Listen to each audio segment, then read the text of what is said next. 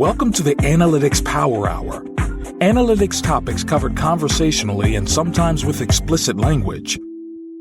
Hey everybody, welcome. It's the Analytics Power Hour, and this is episode 262. Hey, Happy New Year. 2025, that'll probably be the year of, well, what exactly? There is a pretty steady flow of prognostications every year about the things that will define the coming year. And we're not, completely immune to desire to define the future. I didn't say that very clearly, but we do want to define the future. So what will 2025 bring? It's probably the year of Tim Wilson still being frustrated with people calling stuff the year of. That's fair. It's probably accurate, yeah. You could write in with Tim being frustrated with people. You don't really need to say okay, there you go. Further qualifiers. Well, not necessary. We still like you. And 2025, probably be the year of Mo still liking Adam Grant and Brene Brown. Hey, Mo. Yeah, probably, actually. That's a very good prediction. Oh, there's going to be a huge scandal with one of them between, recording and that coming out. Oh, jeez. It's going to be. All right. Well, and I'm Michael Helbling. Well, some attempts at categorizing the future that is coming at us awfully fast is definitely warranted. So what better time than the first episode of 2025? Insert Zagger and Evans pun here. And to do this right, we wanted to have a guest who has a great track record of observing our industry and seeing where the puck is going. Barr Moses is the co-founder and CEO of Monte Carlo, the data reliability company. As part of her role as CEO, she works closely with data leaders at some of the foremost AI-driven organizations like Pepsi, Roche, Fox, American Airlines, hundreds more. She's a member of the Forbes Technology Council and is a returning guest to the show. Welcome back, Barr. Thank you so much. I am honored and pleased to be a returning member. No, we're serious. We love the way that you take such an interest in really having, from your level, a real good, clear view of where our industry is and the data industry is going. Before we get started, let's just get a recap of what's going on with you and Monte Carlo. Yeah, it's been a whirlwind couple of years for not only for Monte Carlo, but I'd say for the entire data industry. I'm just reflecting last time I was here. This was 2021. Is this just kind of coming out of COVID? I think we we're all getting comfortable behind the camera and feeling comfortable at home. And the world is obviously very different today. But maybe just to kind of give a quick recap. Monte Carlo was founded to solve the problem of what we call data downtime, periods of time when data is wrong or inaccurate. And, 5-10 years ago, that actually didn't seem important at all. I think people spend some time thinking about quality of data, but, you guys know this better than I do, but it probably didn't get the diligence that it deserved back then. You could kind of skirt around the issue. Could probably, it was very common at the time to just have extra eyes on the data to make sure that a report is accurate. And if it was wrong, you'd kind of be like, oh, shucks, so sorry, and kind of move on.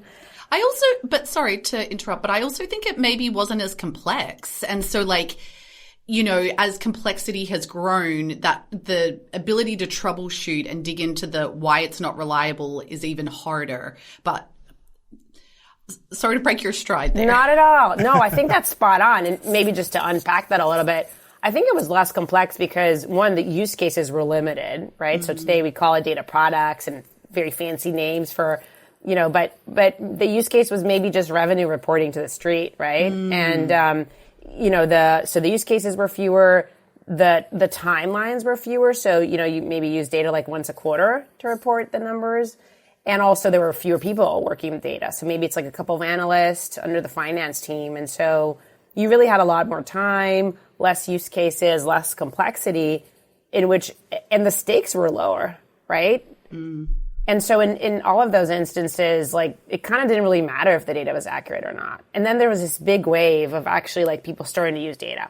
Remember when people would say, oh, we're data driven, and you kind of didn't really believe them? There was a period back in time, It's still happening. Yeah. Still happening. Totally agree with you.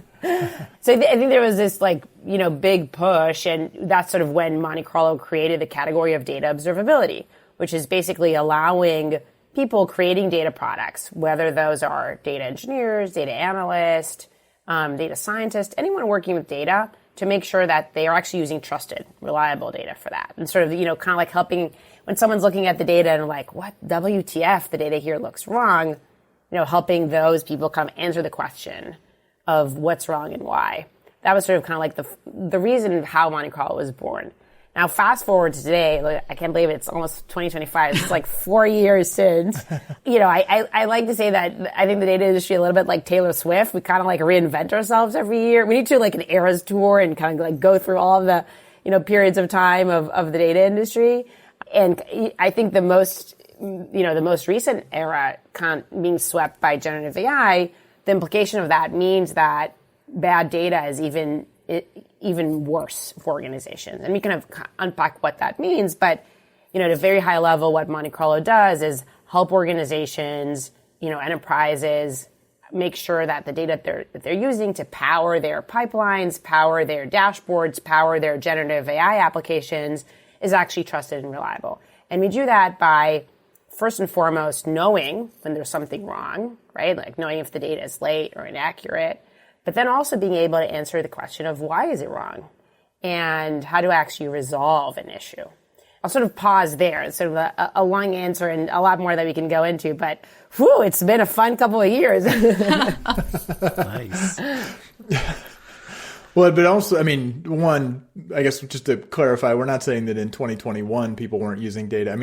That's been ramping up for a while. I think also the modern data stack, I'm not sure where that phrase was in the inflated expectations versus it definitely, I feel like since the last time you were on, the modern data stack as a phrase has slid into the trough of disillusionment, at least a little bit, which is kind of interesting. I don't know exactly how that applies to kind of where we're going from here, but I feel like there was a point where it was like, if we just have all these modules plugged in together with the right layers on top of them, then all will be good. And it feels like we're a little past that nirvana, even if we got there, wouldn't actually necessarily yield the results that were being promised. But yeah, I think, look, putting myself in sort of the shoes of data leaders today, you're facing a really tough reality because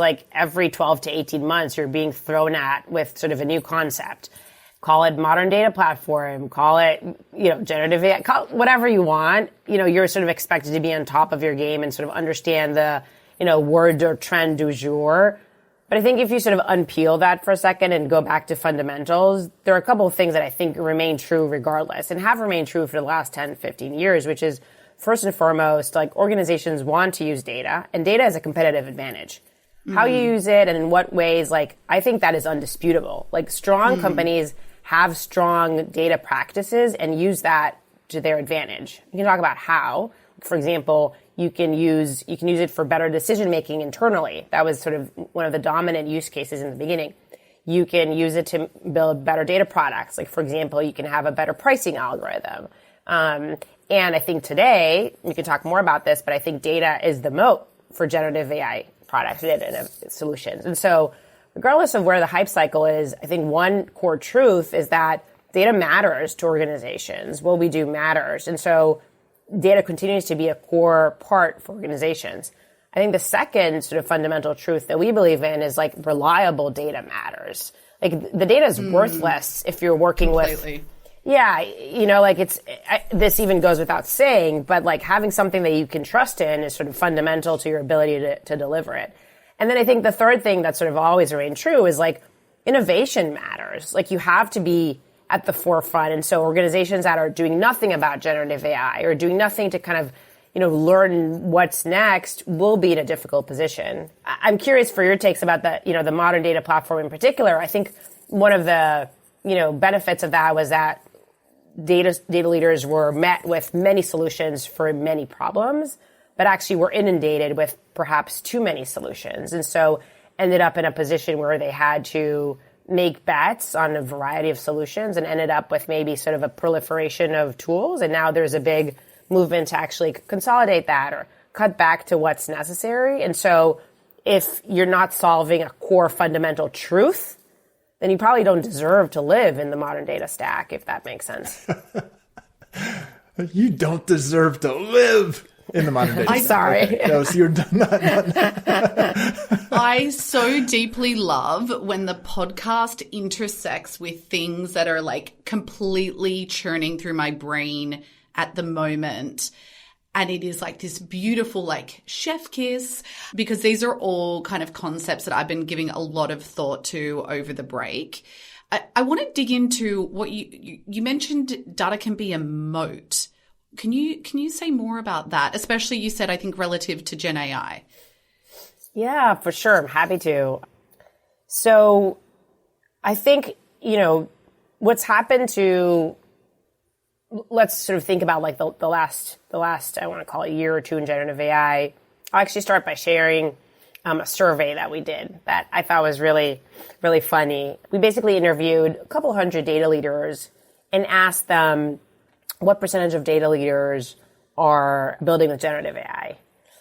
Can you guess what percentage of data leaders? Probably all of them are saying that they are, at least. Really? Yeah, so I think 97%. So not a single person. Stop it. Yeah, you're spot on, Michael. Oh no, we're all doing it for sure. We're all doing it. Everyone. 2025 is the year of maybe building with AI. Maybe. Maybe we're all doing it, right? Which how often do you do a survey and get almost 100% response rate, right? Like for a question, it's pretty outlier. Second question that we asked was, what percentage of you, or do you feel confident in the data that you have? Do you trust the data that you have that's running it? Mm-hmm. What do you think is, what percentage of people trust the data that they're using for generative AI? 70%. That's not bad. It was a 70? Okay. Because usually the Duke Business School used to do a CMO survey every year, and they would ask a data questions like that, and there was usually about a 60% gap between how important it is versus how much they trusted it. It was always a very big delta. So yeah, that's exactly right. So 60% said they don't trust it. So I think that's exactly the delta. Yeah. So only 1 out of 3 trust, and 2 out of 3 don't trust the data. So it's interesting that everyone is building generative AI, but no one has the core component to actually deliver said generative AI. I think that speaks more to kind of human nature, right? And where we want to be, where we are. Can I ask, this concept has been rolling around and I've been digging up old blogs on it, but it just seems to have dropped off. There was a lot of hype. I feel like it was probably 2 years ago, but I mean, the last 4 years have blurred together. So it could be anywhere between 2 to 6 years about a metrics layer, right? And I feel like I've done all this, had to do all this mental processing around how does a metrics layer or a semantics layer differ from a star schema data warehouse to have a reliable data set. But it doesn't seem like anyone is talking about that right now. And I'm curious to hear your perspective. Wow, that's a really good question, Mo. I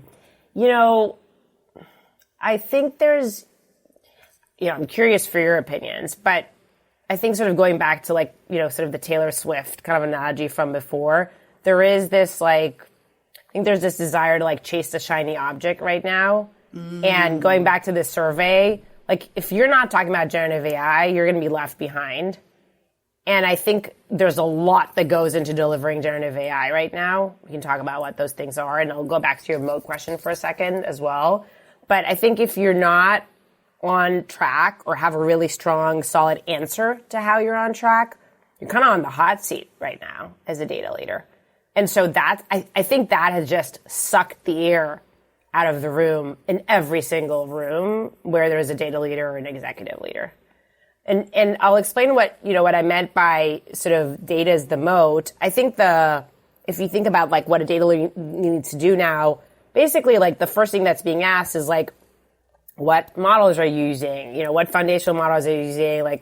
What LLMs are you using, et cetera, right? Between OpenAI, Anthropic, et cetera, there's lots of options. The thing is, every single data leader today has access to the latest and greatest model. Everyone has access to that. And so I have access to that. Mo, you have, Michael, you have, everyone here has access to models that's supported by 10,000 PhDs and, a billion GPUs, right? And that is true for me and every other company around me.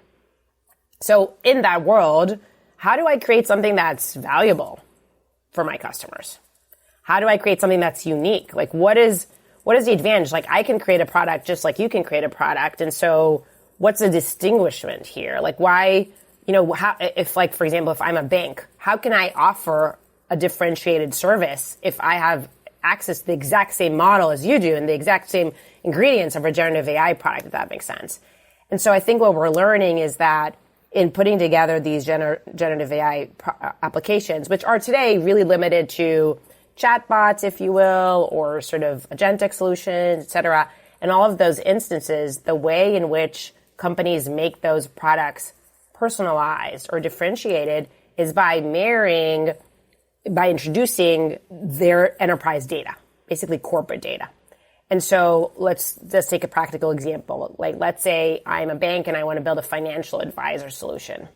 I want to be able to help Tim fill out his taxes. And so I'm going to be able to do that better if I have data about Tim's background, his car, his house, whatever it is. And so I can offer you a much better differentiated product if I have reliable data about Tim that I can use. And so that's the only difference between Bank 1 and Bank 2. It's what kind of data do we have to power that product. Yeah, so just to summarize, like, we all have access to the latest, greatest models, but the only thing that differentiates different generative AI products is the data that's powering them. And so that's why data is actually your moat in the world of generative AI. But I guess counterpoint, like, I feel like that is coming from a super data centric perspective. I mean, and I guess this is what terrifies me, is that year 2025 could be supercharging this obsession with more data. As you throw more data in, then it's harder to keep it clean. You've got more things that can conflict. And so absolutely. And we fought this battle in the past where you chase all this data, because anytime something isn't seen as valuable, the easy thing to default to is to point to some data that's not clean enough, or not clean. It may be clean enough, but it's never going to be perfectly clean, or data that's missing. And so that can feed this like horrendously vicious cycle where we completely lose sight of like, what are we trying to do? And what we're trying to do is get as much data as possible. Like the counterpoint is those banks could differentiate by thinking about, with way less data, what their customers really value, what they most need, right? And it's not an either or, but if there is a deep understanding of their customer and they value something, it may need very little data. It may be using data in a different way from they already have it. So I think there has to be that balance. I would hope that we get to that point of like, we can't just be in this arms race for more and more models, more data, more whatever. So, okay, Val, unleash. Okay, so my visceral reaction is like, I can absolutely see that some people would use, like, what you're saying, like the Gen AI hype train to be like, we need more data. I don't think that's what Barr is saying, but I will obviously give you the opportunity to speak for yourself, because like my reaction is, but it's not about the quantity. It is about the quality. Like it is not about let's collect more data. It's that we have, the last few years has been all about like, let's have fucking data lakes. Let's just dump data from backend services into anywhere. And it's created, I mean, I think we've said a swamp before, but it's like you can't ask important questions like, what do my customers value, if the data that's there is a complete trash fire? And I don't think it's about quantity. There's also this distinction of like, it is so easy to say, I found an error in the data. This field is missing, or this field is incorrect. Fix it. As opposed to, you just said if your data is a dumpster, a trash fire. There is a gradation of which.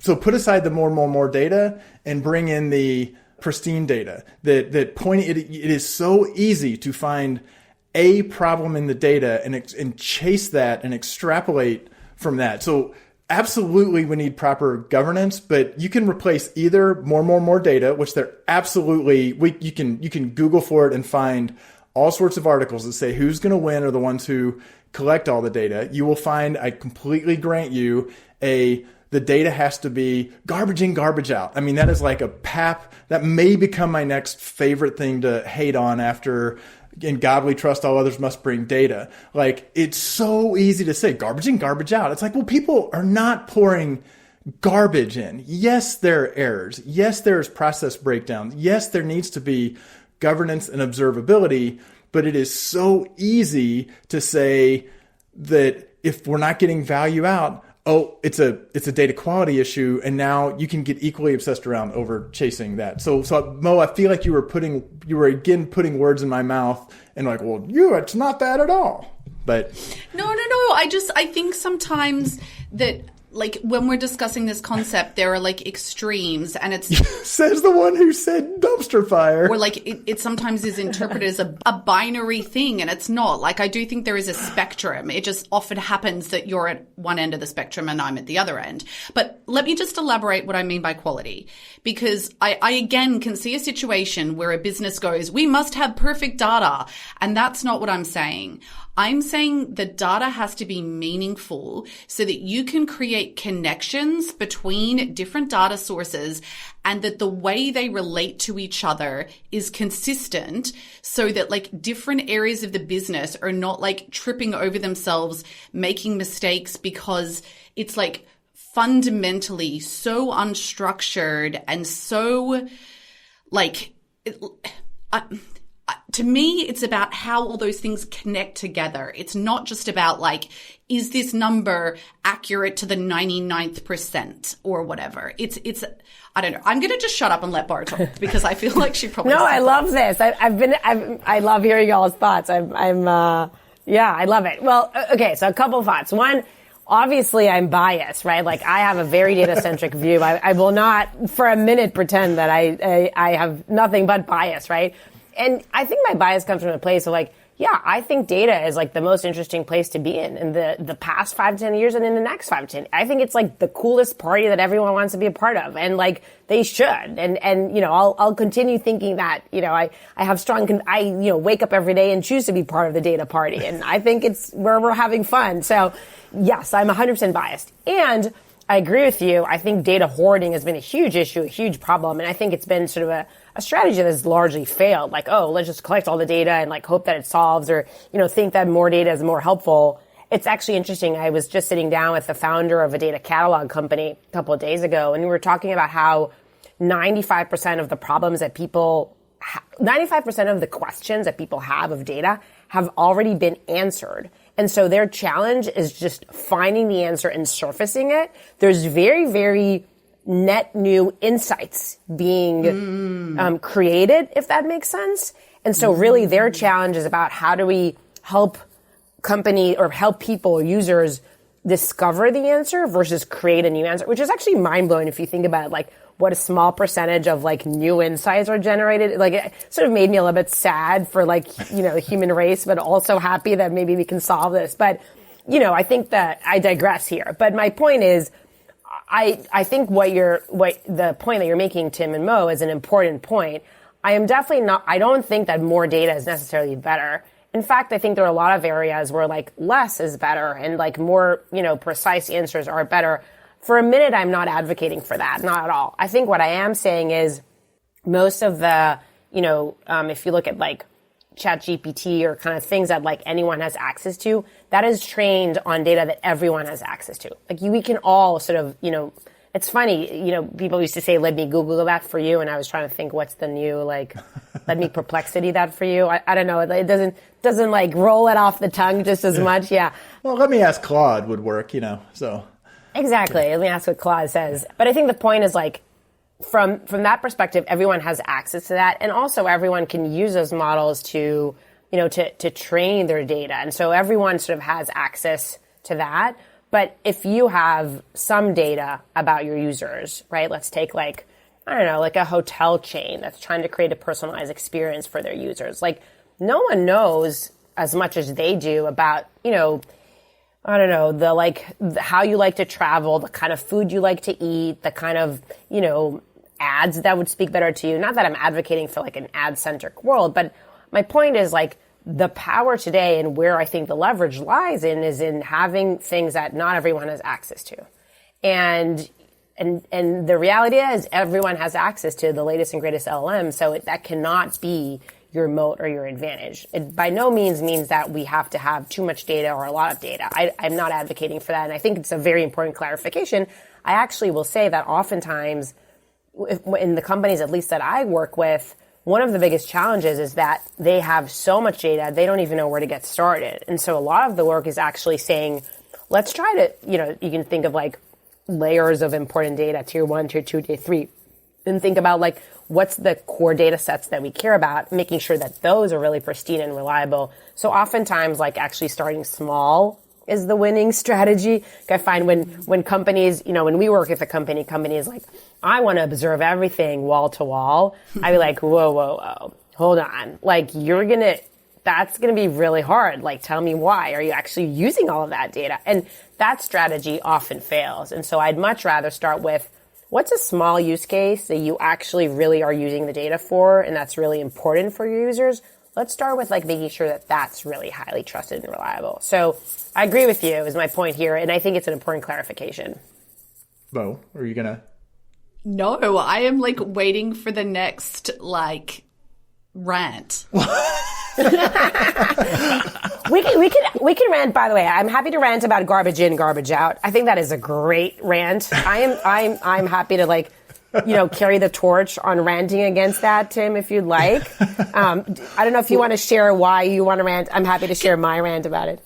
Go for it. So I'm curious, Tim, like when I said that stuff about like connectivity, what's your views on that? Because I feel like you can only answer important questions if the data is like kind of, I don't want to say structured, but I'm thinking about like Barr's comment of, the competitive advantage that you have is your data set. Like it's not the models, right?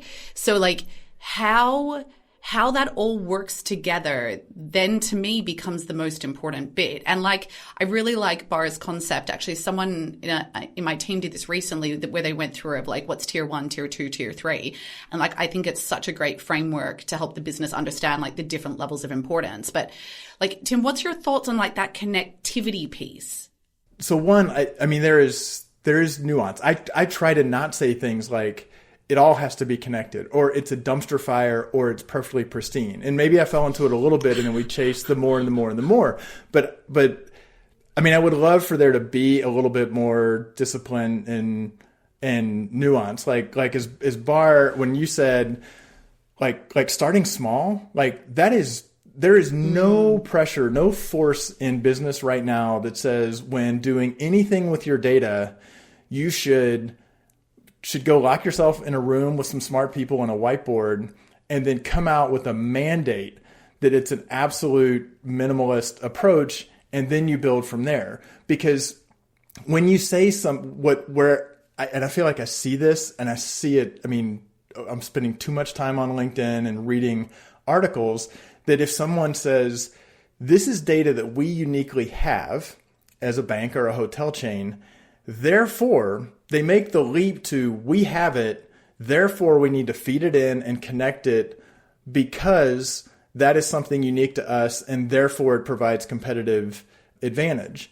And that there's kind of that's the default position is it's our unique data, we must use it.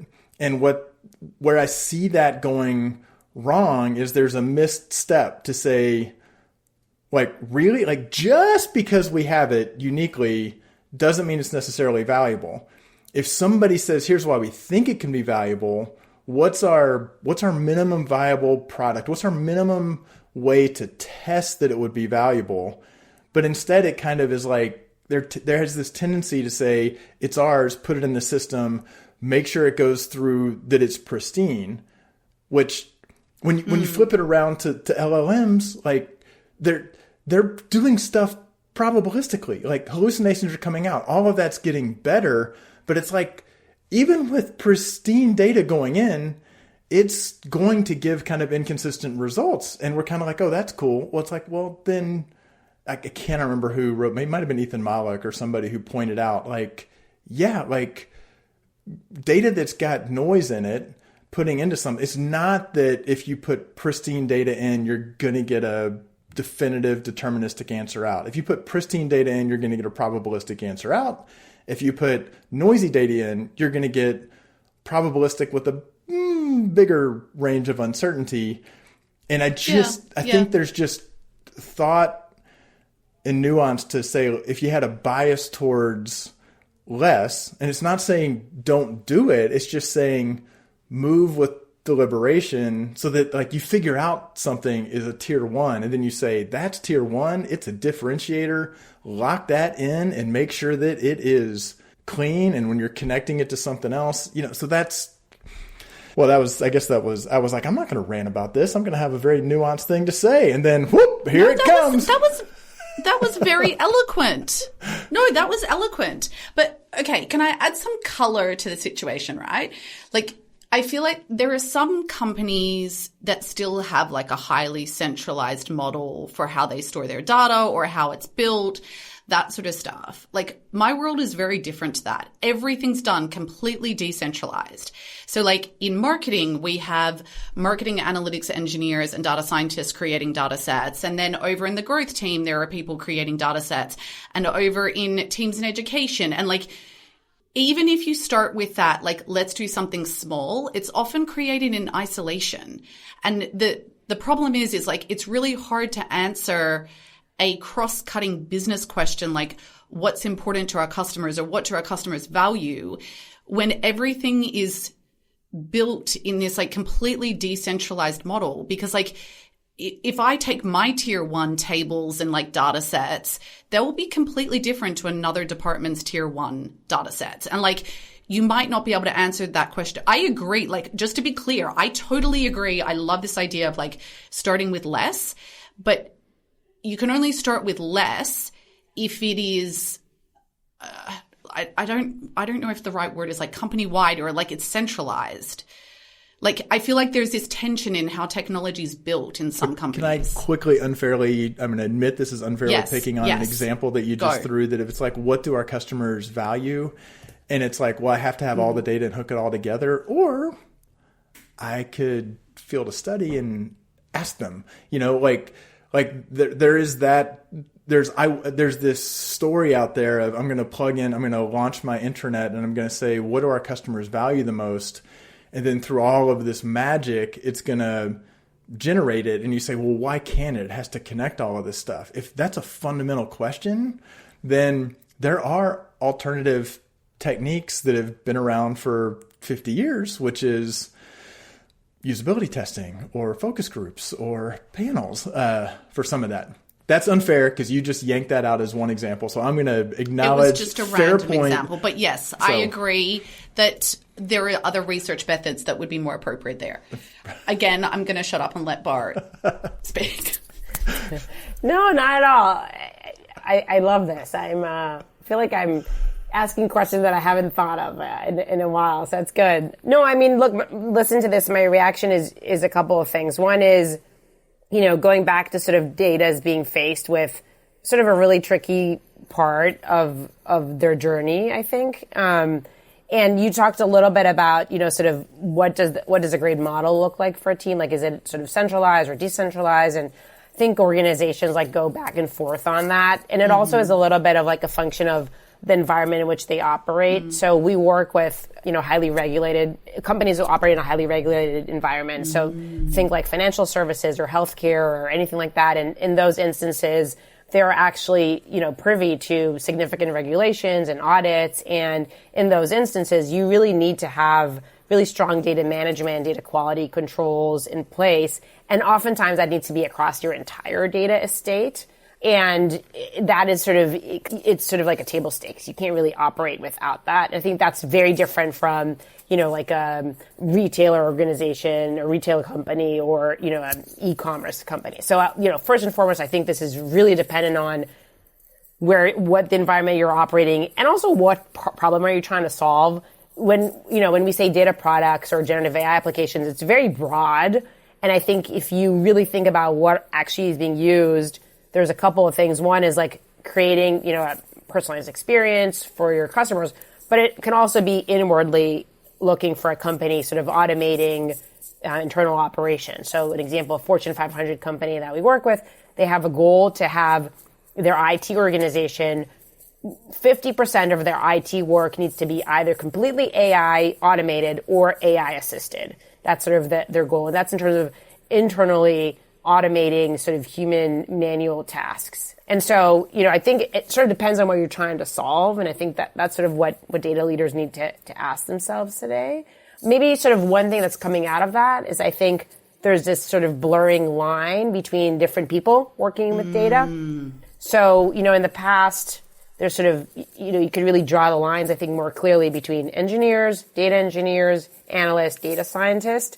All of that is becoming a lot harder to distinguish. And I think my view is sort of in, the teams that will be building generative AI applications will be a mix of that. So it will include both engineering and data people. Like, I think, how does this work? Like, someone wakes up one day in a company and is like, hey, CTO, go build a generative AI application. And so like a bunch of engineers like run off and build something. And then someone's like, hey, CDO, chief data officer, like go build a generative AI application. And then like the data team runs off and like builds stuff. And so you end up having data teams trying to build stuff that software engineers should be doing and software engineers trying to build data teams. But at the end of the day, like a strong generative AI application or any data product needs a good UI, which should be built by software engineers. Like, you're not going to, like, that's not the data team's job. And it also needs like good data pipelines and reliable pipelines. And that doesn't make sense. Like, you don't need, a front end engineer to build like a data pipeline. And so I think at the end there will be some convergence of like what the roles are. But right now there's a lot of people sort of crossing the lines and a lot of sort of blurry lines in between. And what's your perspective on data products being more as like a platform product, like versus, I don't know, I feel like there are many kind of ways you could cut it, right? Like sometimes data products seem to sit more in like a marketing technology space or whatever, but like it seems at the moment there is kind of a lot of perspective about it really sitting in like that product platform sphere, and like product PMs are quite different as well to like a customer facing product manager.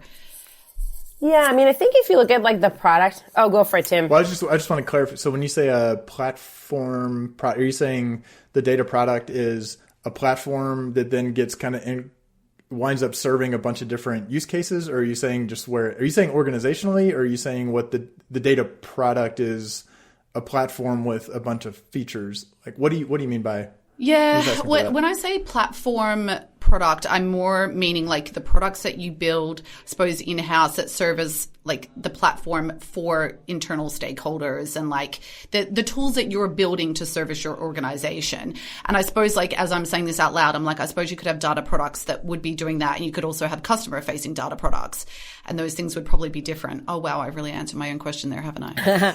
No, it's okay. I can elaborate, but I think you did answer parts of it. So maybe also just like taking a step back for a second, if you think about data products and where they are in the hype cycle, like I think there's sort of like, it's like there's this hype and then they plateau and then you're like, oh, now I can actually make use of this. And I think that's where data product, there's like, oh, now I can actually really use this thing, which is good, I think. I think data products can really mean whatever you want. It could be, let's walk through a simple example, like an internal dashboard that like, the chief marketing officer is using every day, right? And so it's basically like a set of dashboards or a set of reports.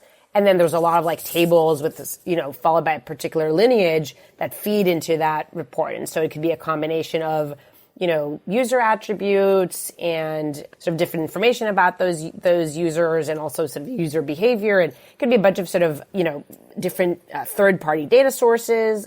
And so all of that can be part of a data product, sort of and you can describe that as basically like all the assets that are contributing to said report or dashboard that the CMO is looking at.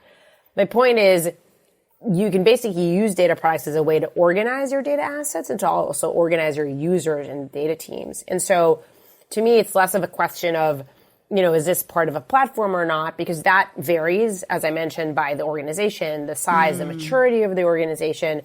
For me, it's more a way for companies to organize what they care about. And so oftentimes, if we will work with a data platform team, we'll say, hey, like, what's the data that you care about? And then they might tell us, oh, we have a marketing team and, that really focuses on, our ads business.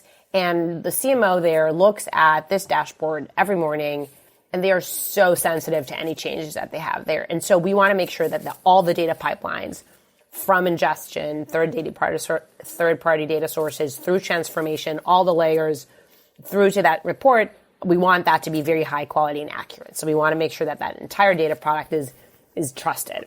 That's like one way to think about it. Now, the ownership of those assets can be by the data platform itself, or it could be by the data analysts that are actually running the reports.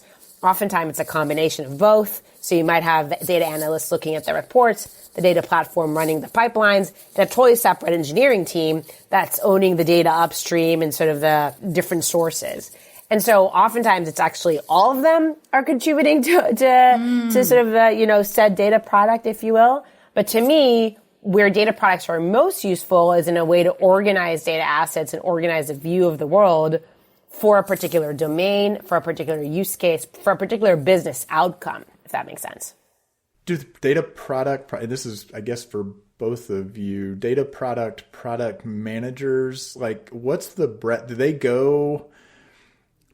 they engage all the way up to the upstream engineering, owning the data creation all the way through to the use case and the need, or does it like is there a natural cutoff where they say this is engineering's problem, they need to be managing the data coming in, or like how broad does that role go, assuming I guess maybe there's a precursor question, does that role get defined and exist as you are a data product manager for this data product or set of data products?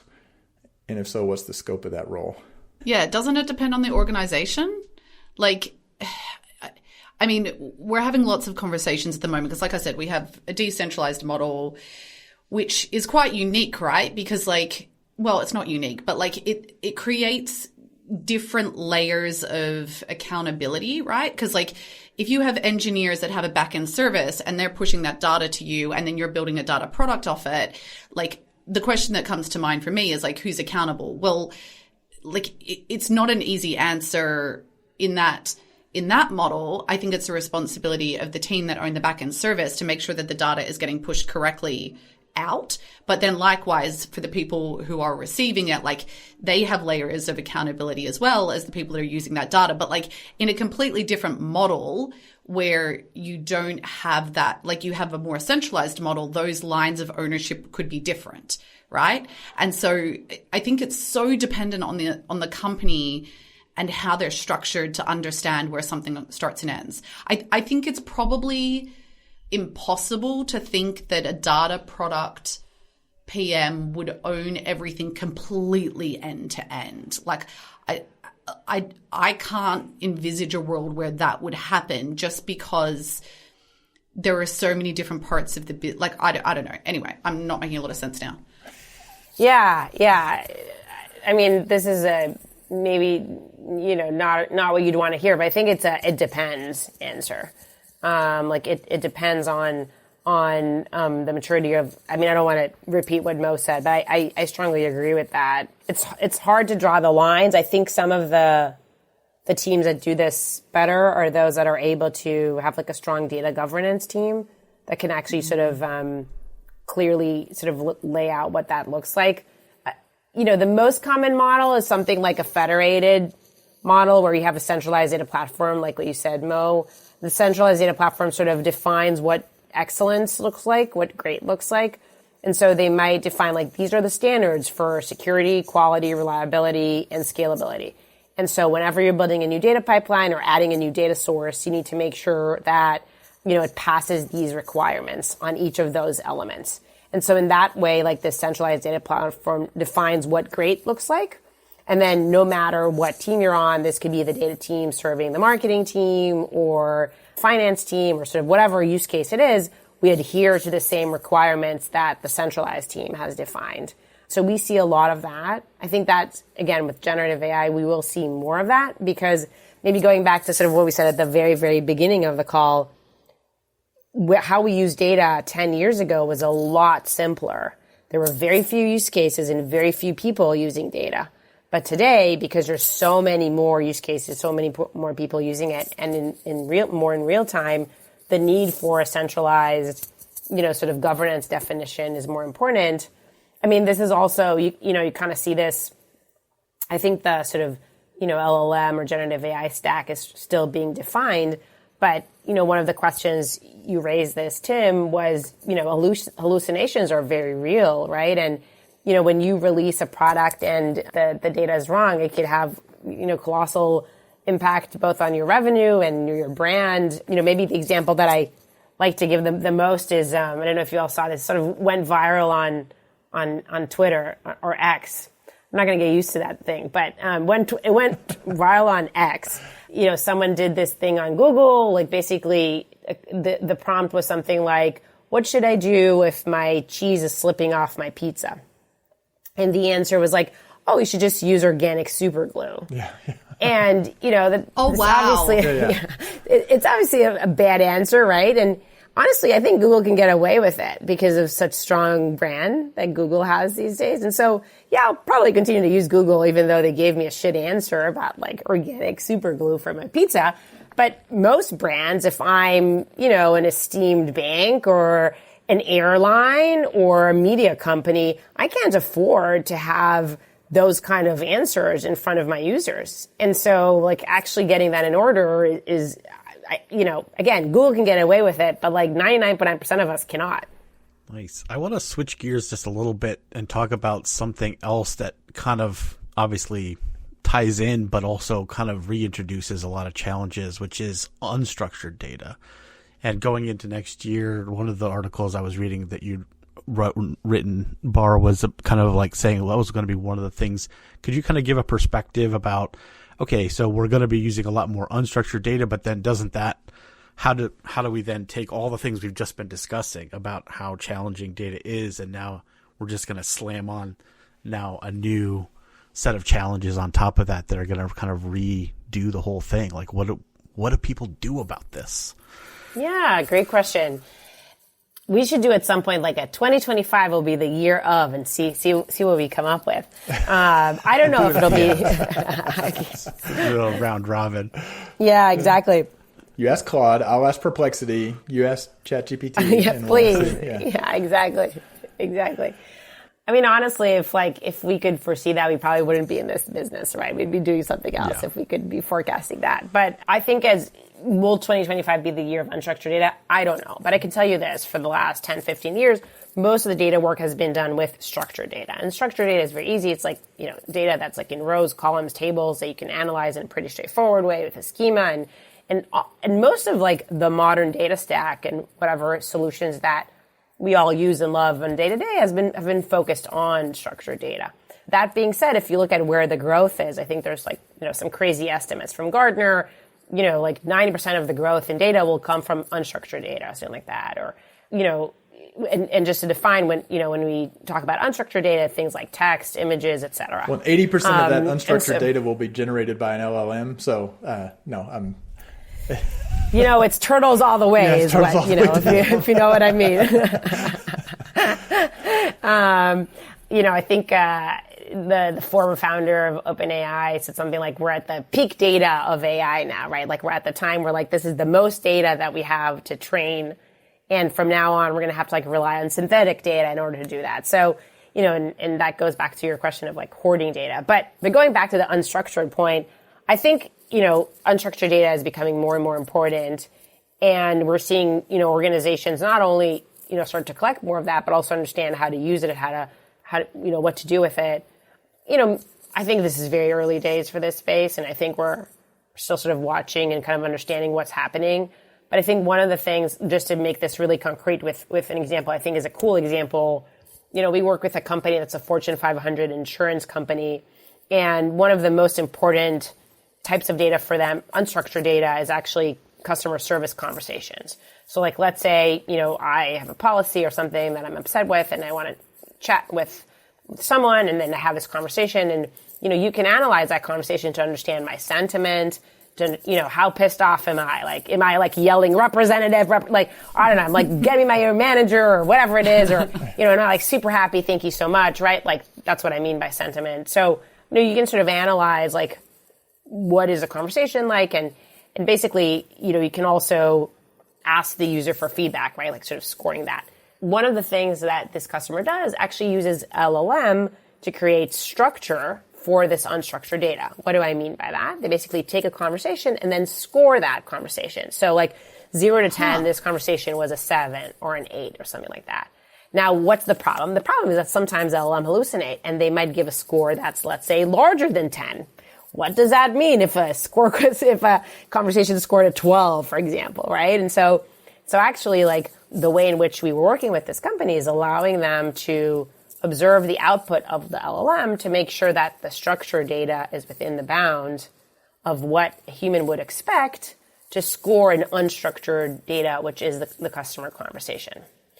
And so in that instance, we're sort of using automation in a way that we maybe hadn't expected before in order to add value and to sort of, in this instance, is actually like reduce the cost and improve the experience for the users in this case. But it's one of those that brings up the case of, say that it just that scoring, that model, it shits the bed 10% of the time, but it does way better 60% of the time, and it does about the same as a human, and it's overall a little bit cheaper. Like I think that there are the trade-offs, and I mean maybe this goes back to earlier the discussion that if it's like, well, we're going to pull out the one that it said at 12 and say, you got to fix that from happening. That's one approach. Make this never happen.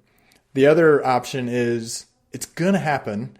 So the process needs to be human in the loop or human on the loop. Like don't completely hand this over so that you can catch the ones because a human would catch it. And there the trade-offs are, and you know what, maybe they're even, it's okay. You're going to have a small percentage who are totally pissed off even if you're just running humans because their wait time is too long or something else.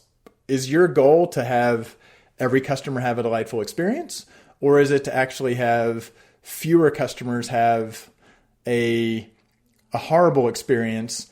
It may be a different set of customers that are having a horrible experience. And then probably Modi, you're connected. You want to make sure the ones with the highest predicted lifetime value. You're not saying, great, we have way fewer customers are pissed off. Unfortunately, it tends to skew towards the ones that are the highest, lifetime value.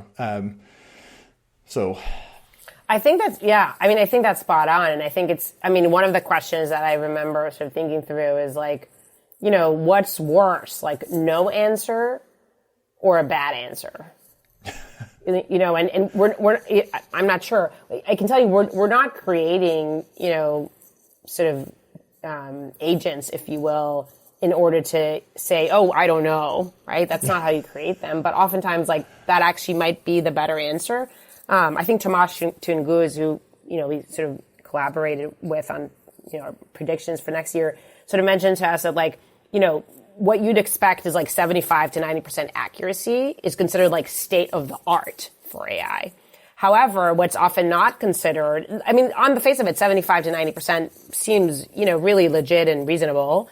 But what's not considered is like, if you have 3 steps and each of is 75 to 90% of accuracy, the combination of that is actually ultimate accuracy of only 50%, which is, by the way, like worse than the high school student would score in that sense. And so, is 50% acceptable? Probably not. And so what ends up happening is actually what I think we were seeing in the market is like the market actually took this big step back. Like I think a year ago, there was this huge rush to adopt generative AI and to try to build solutions. But as we were seeing that the accuracy is sort of, at those ranges, companies did take a step back and actually are reevaluating or rethinking where to place their bets or place their chips, if you will.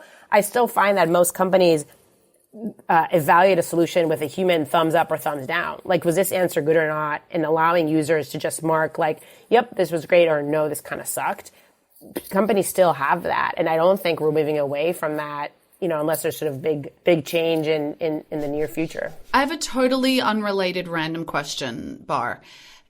With the companies you're working with, is the focus of reliability and the work you do quite different depending on whether data is structured or unstructured? Like in the use case you just gave, like it sounded like it was quite different, but like, what are you seeing across the industry? Yeah, 100%. Like I think the use cases that we cover vary tremendously based on industry and company. And I think that's a reflection of the variability in what you can do with the data across the industry. So it can range, the sort of the types of products that we work with can be, data products that are more like a regulatory environment where one mistake in the data could actually put you at risk of regulatory fines. If you are using data in some incorrect way or not following what is defined as sort of best practices for data quality, sort of like this blanket statement that's very high level, but actually like is very important in these environments. That's like one. The second could be where you have a lot of internal data products. So, like a lot of reporting or, product organizations that are, doing analysis based on cohorts or segmentation of your user base. A third could be data products that are sort of customer facing. So for example, if we have like, the easiest thing is like a Netflix, recommends, your next best view, for example. And then a fifth use case could be, a generative AI application. So for example, like, an agent chatbot that helps you ask questions and answer about, your internal process or your internal data. So you can ask really basic questions like, how many customers do we have? And, how many customers have renewed in the last few years? Or if I'm in support, I can ask, how many support tickets has this customer submitted in the last year? And in what topics? And, what was their CSAT? Sort of questions like that. And so each of these can include structured or unstructured data. And each of these can cover very, very different use cases and very different applications of the data. So if anything, I see the sort of less homogeneous sort of applications of the data, if that makes sense. Mm-hmm. And I actually anticipate that this will carry through to the generative AI stack. So, there's people create software in a multitude of different ways, in a multitude of different stacks. The same can be said for data. Like there's not one single stack that rules it all. There's not one single type of data that rules it all in order to create data. And I think the same will be true for generative AI. There's not one single stack or one single preferred language of choice. And there's not one single preferred method, whether it's structured data or unstructured data. I think this does very much sort of vary. I will say from my biased point of view is the thing that is common, sort of going back to like the foundation of truth and sort of what is very important is like every organization needs to have or needs to rely on their enterprise data to make sure that it's high quality, trusted data so that they can actually leverage and, capitalize on that. And I think it's a messy route to get there. Maybe 2025 will be the year of messiness. Sometimes you just gotta like lean into the messiness, on our like path, like this random path to kind of figure it out. But there's a lot more to figure it out there. But I don't see us sort of converging on like one single path or use case or even type of data. All right, we've got to start to wrap up. This is so good, and yeah. Oh, we figured it all out, we'll so do this we're good to wrap. We can before exactly. Yeah. 2025 will just be the year of leaning into the mess, and maybe that's the best we can do right now. Anyway, one thing we love to do is go around the horn, share a last call, something that might be interesting to our audience. Barr, you're our guest. Do you have a last call you want to share? Sure. So this concept that someone has shared with me recently, which I'll call sort of watching the avocado, if you will. So I don't know if you experienced this, but you buy an avocado and it's like, it's not ready. Boom, you're too late. It's already like You can't eat it anymore, right? Yes. That happens to you, right? And so, I think the idea is like a lot of sort of new technologies and trends are like that. And in this case, sort of this is like generative AI. Like we're too early, boom, you missed the boat. And so I think one of the, things that I take away from that is like as data leaders, as sort of data practitioners, how do we keep watching the avocado? And we got to hit the avocado before it's too ripe. But the timing matters here, especially for a lot of these sort of trends and technologies. Nobody likes bad guacamole. If any listener now uses that when they're talking somewhere internally, if they use the analogy, please let us know. I like that. Like, we got to watch the avocado. Yeah, it's awesome. All right, Mo, what about you? What's your last call? Okay, I've been doing lots of thinking about how I make 2025 really great. And I think one of the tensions I've found is that like I'm naturally inclined to like want to go fast and get to the place that I want to get to. And so this is not anything other than just kind of a personal learning or a personal goal that I've set for myself. It is the start of 2025 after all. That I want to be more intentional about enjoying the journey. And the analogy I have is I love going to the beach. Going to the beach with two small humans is really fucking hard. There's all this shit to pack. You got to cart it all down there. Everyone needs sunscreen on. And so sometimes the bit of getting to the beach is so unpleasant that by the time you get there, you're all like flustered and hot and you don't want to be there. And you're like, oh, fuck it, let's all just go home. So I'm trying to enjoy the journey to get there more. So like I went to the beach the other day. It took us an hour to get there. My kids wanted to stop at this playground. They wanted to look at the bird. They wanted to have a snack. And I'm like, you know what? That's okay. I am just going to lean into enjoying the bit to get there and not focusing so much on kind of the end state. And it's not just about kids. It's also about work, right? Because like if you're constantly trying to like come up with this huge, amazing strategy and deliver this project, but like you're miserable in the months delivering it, that kind of, defeats the purpose. So anyway, that's just my intention for the year. Thought I'd share. What about you, Tim? Well, my publisher is going to hurt me if I don't plug analytics the right way. So depending on when you're listening to this, it is 15 or fewer days from actually being available, but analytics the right way is available for pre-order until January 22nd, in which case it will be available as a print book or an ebook, and the audiobook's coming out 4 or 5 weeks after that. So that does have a section talking about human in the loop versus on the loop versus out of the loop and some of the AI trade-offs, but it is not an AI heavy book at all. So that's my obligatory my log rolling last call. But for fun, I've definitely last called stuff from the pudding before, but one that they recently had, it's at pudding.cool, but it was Alvin Chang got a data set that looked at a whole bunch of different roles, and it was how much they spent of their time sitting versus standing. So it's kind of one of those like scrolling visualizations. You enter kind of some stuff about your job first, so it can then kind of locate you on it. But it's just a simple x-axis that goes from sitting all the time for work versus standing all the time for work, and then looks at a whole bunch of different. It varies what the y-axis is as you scroll through it. So it's kind of just a fun visualization, and it also starts to call out like how tough on bodies a lot of professions are, because they're required to crouch or stand all the time. They can't take breaks and that sort of thing. But it's just kind of a fun, interactive visualization. So worth checking out to relax. What about you, Michael? What's your last call? I mean, it was going to be the book. Tim, I was actually ready to do one on the book for you just in case you didn't cover it. So good job. We'll report back to your publisher. You're doing it. Okay. You're doing what you can do. No. No. So actually mine is recently Recast, who I think is some of the best in the game when it comes to media mix models. They've started publishing a series of YouTube videos on how to think through the creation of those models. And I think it's a great watch for anybody who's engaging with that kind of data. So I'd highly recommend it. And they've put a couple out already, and then I think there's some more to come. So that would be my last call. All right. So what is 2025 the year of? We just have one word. Everybody has to go around and do like a one word. Or like a fast. No, nothing. Moderation.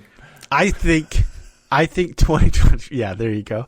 I think 2025 is going to be the year of being thoughtful, keeping with the work, increasing insights, maybe helping with process. None of that's actually going to happen, but I just sort of like wish it were. So that's my take on it. So you use the one word for all of us. You kind of took. We all deferred or yielded. Nobody answered, Tim. So I just figured I yielded my one word to you. So, that's good. Yeah, I like it. So I couldn't think of a better person to help us kick off 2025 with than you, Barr. Thank you so much for coming on the show. It's been awesome. Absolutely. I hope 2025 will be, even better and greater than 2024. And, I would probably be remiss if I wouldn't say that 2025 would be the year of highly reliable data and AI. Yeah. That's right. Hey, what's the saying, from your mouth to God's ears or whatever? We absolutely would want that. Amen. So, thank you so much. Awesome. Thank you so much for coming on the show again. And of course, no show would be complete without a huge thank you to Josh Crowhurst, our producer, just getting everything done behind the scenes. As you've been listening and thinking about 2025, we'd love to hear from you. Feel free to reach out to us. You can do that via our LinkedIn page or on the Measure Slack chat group or via email at contact@analyticshour.io. We'd love to hear your thoughts, other things that you think are big topics for 2025 in the world of data and analytics. So once again, Barr, it's a pleasure. Thank you so much for taking the time. We really appreciate having you on the show again. And, you're on track now. We keep talking about the 5 timers jacket. That's going to be a thing. So you're in the running. There's only been a few people that have done this a couple of times. Are you prepared to have 5 kids, I guess, is the question. Like, we might need to break Yeah. Anyway, so, of course, I think I speak for both of my co-hosts, Tim and Mo, when I say, no matter where your data is going, no matter the AI model you're using, keep analyzing. Thanks for listening. Let's keep the conversation going with your comments, suggestions, and questions on Twitter at @AnalyticsHour, on the web at analyticshour.io, our LinkedIn group, and the Measure Chat Slack group. Music for the podcast by Josh Crowhurst. So smart guys wanted to fit in, so they made up a term called analytics. Analytics don't work. Do the analytics say go for it no matter who's going for it? So if you and I were on the field, the analytics say go for it. It's the stupidest, laziest, lamest thing I've ever heard for reasoning in competition. So my smart speaker decided to weigh in on that. I love it. What did they have to say about that? Yeah. It's the perfect little end note to that particular thing. Yeah. Tim, probably I'm need a coming human for you. to thumbs up or thumbs down that. In the background, it's saying, nope, I don't think I can. Actually, it basically said, I don't know. Now that I think about it, it was like whatever it decided it had heard, which was nothing. Perfect. Rock flag and lean into the mess.